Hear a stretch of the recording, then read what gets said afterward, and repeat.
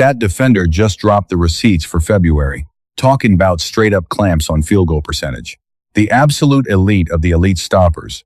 In this tape, we're breaking down the top 5 on that list, diving deep into the film, how they're out here snatching souls on D.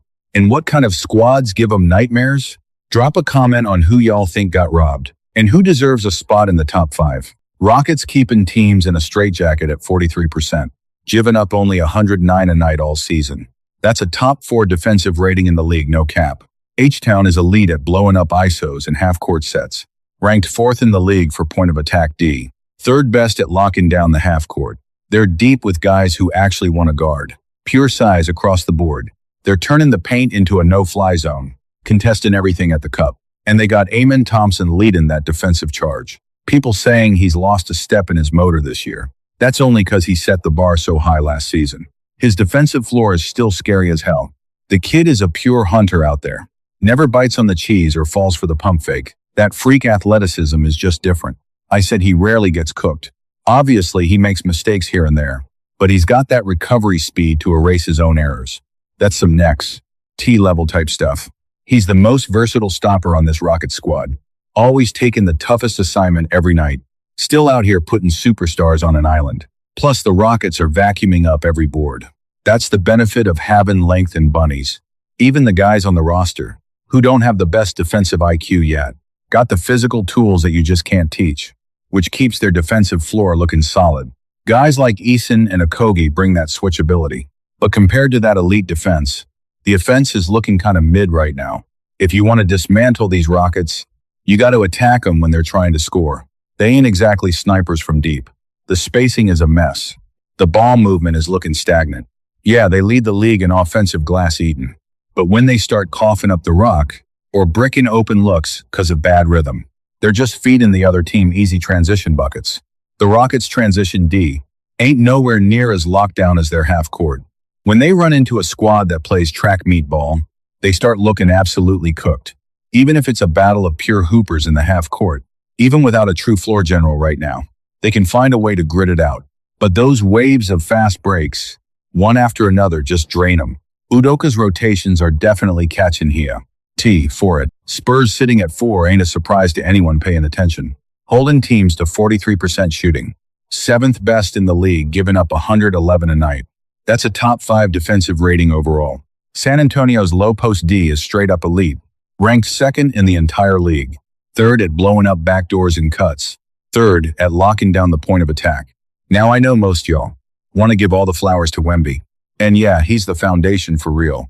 But don't sleep on the rest of this Spurs squad. Low-key, I think the Spurs are the best half-court defense in the association, because they don't just have the alien in the middle. They got a bunch of guards with wing length. They match your speed and they match your muscle. They're out here throwing hands for real. Their biggest issue right now is just the defensive communication ain't fluid yet. You can still see a gap between them and the truly disciplined squads, like the veteran contenders. But that gap is getting smaller every single night.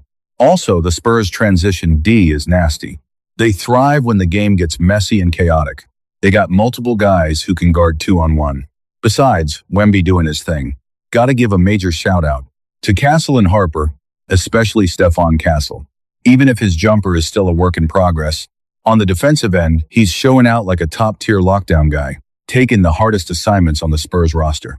Facing over 11 shots a game as the primary, holding dudes to 4% below their average, forcing almost 2 turnovers every game. He's the undisputed turnover king in San Antonio. And what about Carter Bryant? Name alone sounds like a bucket, but he's got to earn those minutes first. Give him some time to bake in the lab. He's going to be a problem on the defensive end.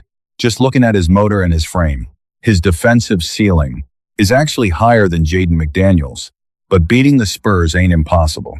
Their offensive pace is a total disaster. That right there is their Achilles heel.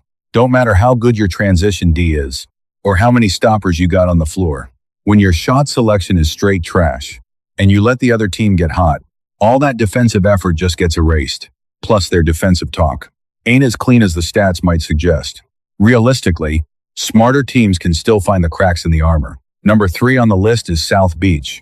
Miami holding teams to 43% shooting. I know y'all been focusing on their offense lately. Since they've been looking pretty flashy on that end, slashers everywhere, ball movement flowing, running more in transition, upping the possessions, using more ISO gravity to draw defenders, creating wide open looks for everybody. In a system like that, anyone can have a breakout game, just their night to shine.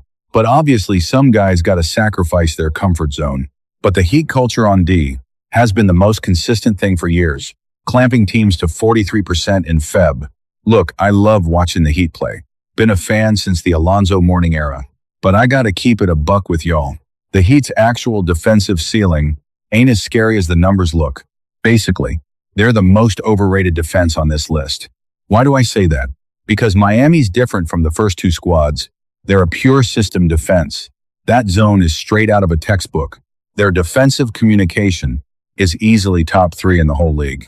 That's what keeps their defensive floor so high. And they rebound as a collective unit, boxing out in layers, sitting at number 6 in defensive rating. Number 1 in the league at guarding off-ball. Their focus and talk is definitely elite, but they lack that raw defensive twitch and athleticism. They supposedly have 2 elite stoppers, Bam Adebayo and Andrew Wiggins. But compared to the hype they get, the actual tape has been kinda mid. I ain't saying they aren't good. They just haven't been consistently great, especially when it's time to go to war. In those high-stakes playoff matchups, I know Wiggins has that dog in him. It's just a matter of if he wants to use it. So Miami's D has a high floor but low ceiling. Just like their offensive game, if you're a fan of pure hoop fundamentals and team chemistry, Heat games are a vibes masterclass. But if you want to see freak athleticism, Miami's missing that true alpha dog. And a secondary star to match. Powell is doing work. But it all depends on what standard y'all have. To be real with y'all, seeing the Pistons at number 2 actually feels like they're being slept on. Getting a deep dive on Detroit, dropping that tomorrow on the channel. Make sure y'all tap in for that one. The Pistons' defensive style is probably the most balanced in the league right now. That's their secret sauce to staying competitive. They got the length, they got the scheme. Their talk and Team D took a massive leap this season. Even without a true 7-footer, they got that vertical gravity and bounce. People ask if their D was trash against the Spurs, cause fans think San Antonio was shooting target practice from 3 and blaming Detroit's perimeter D. But that was just a tactical choice. If you actually watch the film, the decisions they made weren't even wrong. They doubled the stars, froze out the Spurs, rhythm, and generated transition looks for themselves. They hit their marks on those keys. Detroit's problem has always been the scoring end. Out of all 5 teams on this list, they're in the worst spot offensively. Just 0 shooters in the Motor City. Doesn't matter how elite your defensive metrics are. Even if your D can handle elite competition, your offense is going to get bogged down in a mud fight. That's how they end up in 50-50 coin flip games. Lucky for them, the D is gritty. They've been winning those dogfights lately, but it definitely makes you nervous for them. In a 7-game playoff series, for more Pistons content, hit that sub and ring the bell. Don't miss the drop tomorrow. The best squad at holding teams down in February is the Boston Celtics, 41.8% shooting. Straight up dominance. Boston's given up barely 107 points, number 1 in the association. Their defensive identity is built on having rare defensive chess pieces, with new young dogs emerging too. They don't gamble or overextend. It ain't a street fight like the Pistons. They ain't looking to harass you like the Thunder. They ain't blitzing for turnovers like the Raptors either, hoping for a lucky mistake. They're just perfectly balanced. And they're doing this even when Tatum is off the floor. Derek White is a whole defensive genius, the defensive floor general for the C's, running the whole show on that end. While on the perimeter, Keita and Walsh are looking like certified stoppers. Let's be real. Nobody on this team looks like a nice guy on the court. They're all absolute savages in their roles. But when you look at the discipline, they hardly ever commit dumb fouls. Proof that their defensive drills in practice are next level intense. Boston is a pure data-driven machine, and that applies to their defense too. The secret is in the pre-game prep, funneling scorers into kill zones. And those trap zones are clearly mapped out by the coaching staff, like letting a guy feel comfortable for a second before the double team swallows him whole. They switch it up quarter by quarter too, keeps the offense guessing. So even without JT out there, missing that top-tier offensive gravity, the reason their floor stays rock solid is the power of Mazzulla Math. But just like the Heat, They're disciplined and they got a scheme, but they lack that raw, freak athleticism.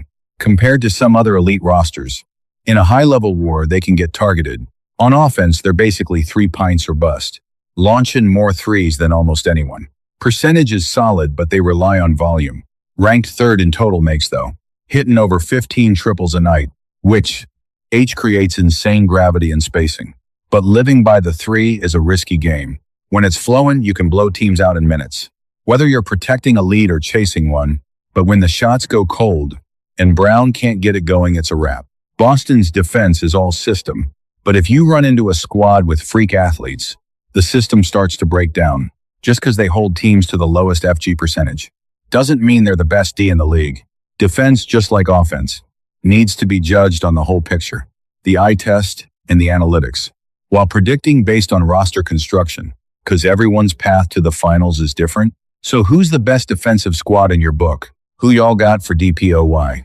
Let's debate in the comments. That's the tape for today, brothers. The grind for these videos is real. Drop a sub and hit that like button for me. Appreciate y'all checking in. Peace.